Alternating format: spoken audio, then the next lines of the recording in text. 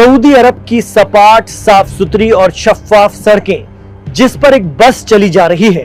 ये बस मक्का मुकर्रमा से मदीना मुनव्वरा की तरफ बढ़ रही है। ये दूरी करीब 400 किलोमीटर है। बस मदीना से 25 किलोमीटर दूर रह गई थी कि अचानक एक डीजल टैंकर से टकरा गई। टक्कर इतनी भयानक कि बस में जबरदस्त आग लग गई, जिसकी जद में 45 लोग आ गए। ये सभी हिंदुस्तानी थे और हैदराबाद और उसके अतराफ के थे। 18 खवातीन, 17 मर्द और 10 बच्चे मिनटों में राख बन गए।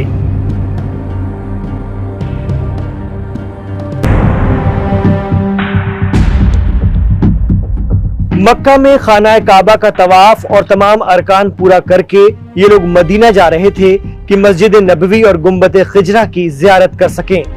54 में से 4 लोग अलग से कार से मदीना चले गए थे और 4 लोग मक्का में ही रुक गए थे। बाकी 46 लोग बस से मदीना जा रहे थे। हादसे में 45 हिंदुस्तानी मारे गए हैं। बस एक शख्स जो बस का ड्राइवर है किसी तरह बच गया। ये सभी लोग 9 नवंबर को सऊदी गए थे और उम्रा करके 23 नवंबर को इनको वापस लौटना था। हादसे में जाँ बहक हुए या यूं कहें कि शहीद हुए, क्योंकि मक्का और मदीना के सफर पर जब मुसलमान रहते हैं, चाहे वो हज हो या उम्रा, तो इसे शहादत ही माना जाता है वहां अगर उनकी जान चली जाए तो। इनमें से 45 में से 12 भारतीयों की पहचान हो पाई है।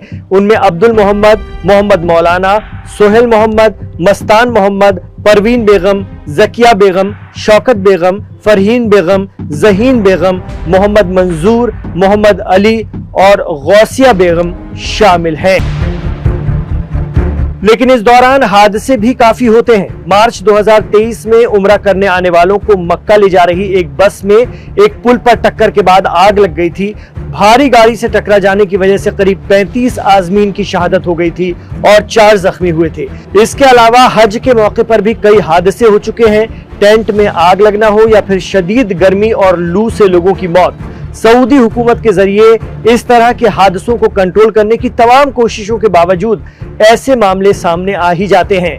दरअसल हज और उम्रा सऊदी अरब के बढ़ते टूरिज्म का एक अहम हिस्सा है और वहां की सरकार को उम्मीद है कि इससे सऊदी की इकोनॉमी को कुदरती तेल और गैस पर डिपेंडेंसी से खत्म किया जा सकता है। इस बार मदीना के पास हुए हादसे में शहीद होने वाले सभी भारतीय ज़ायरीन हैं। ऐसे में क्या उनकी लाशें हिंदुस्तान लाई जा सकेंगी, जिससे उनके अहले खाना के बीच उनकी तदफीन हो सके, या फिर उन्हें जन्नतुल बकी या फिर सऊदी की धरती पर और कोई कब्रिस्तान नसीब होगा? इस मौजू पर चर्चा करना इसीलिए भी जरूरी है क्योंकि आजकल हिंदुस्तान और साउथ एशिया के दिगर मुल्कों से बड़ी तादाद में लोग उम्रा करने जाने लगे हैं। लेकिन हादसा होने, बीमार होने या किसी वजह से सऊदी में मौत हो जाने पर क्या किया जाता है वो भी समझ लीजिए।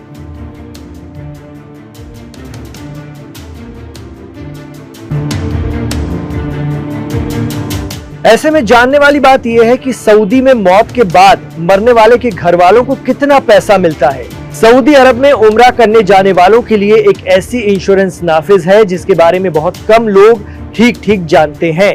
लेकिन जब वहां पर किसी के साथ भी गंभीर हादसा हो जाता है, कोई अनहोनी हो जाती है, तो ये इंश्योरेंस की रकम बहुत बड़ा सहारा बन जाती है। दरअसल उम्रा वीजा मिलने के साथ सऊदी अरब अपने यहाँ आने वाले हर शख्स को एक कंपलसरी इंश्योरेंस देता है, यानी अलग से इंश्योरेंस लेने की जरूरत नहीं होती। सऊदी की ये इंश्योरेंस पॉलिसी वीजा के साथ ही जुड़ी हुई है। ये रकम अच्छी खासी होती है ताकि किसी भी हादसे की वजह से होने वाला खर्चा आसानी से पूरा हो जाए। इंश्योरेंस कवर की ये रकम होती है भारत के रुपयों में करीब 22 लाख रुपए, ताकि किसी को भी माली या फाइनेंशियली दिक्कत पेश न आए। लेकिन घर वालों को सऊदी जाने वाले आजमीन की लाश वापस मुल्क लाने की इजाजत नहीं है, यानी मरने वाले की आखिरी रस्मात और तदफीन सऊदी में ही होगी। भले ही आप लाश अपने वतन लाने की कितनी भी जिद करें, जद्दोजहद करें, ये मुमकिन नहीं होता है। इसकी वजह है कि हज और उम्रा पर जाने वालों को एक बेहद अहम फॉर्म पर दस्तखत करने पड़ते हैं। इस फॉर्म में साफ लिखा होता है कि यदि सफर के दौरान किसी की भी मौत हो जाए, चाहे वो मक्का में हो, मदीना में हो, सऊदी की किसी सड़क पर हो या फिर प्लेन में, तो मरने वाले मुसलमान को सऊदी अरब में ही दफनाया जाएगा। परिवार अगर बाद में एतराज भी जताए तो भी कानूनी तौर पर डेड बॉडी वापस भेजना मुमकिन नहीं होता, क्योंकि मरने वाला पहले ही इस बात की इजाजत सऊदी हुकूमत को दे चुका होता है कि उसे कुछ भी होता है तो लाश उसके वतन अजीज न भेजी जाए, बल्कि तदफीन सऊदी की धरती पर ही हो जाए। इसके पीछे की एक अहम वजह भी है, वो ये कि हर मुसलमान की ख्वाहिश होती है कि उसे मौत के बाद 2 गज जमीन जन्नतुल बकी में मिले या फिर हरम शरीफ के आसपास। ये इस्लाम के मानने वालों के लिए सबसे बड़ा इनाम है उनके रब की तरफ से।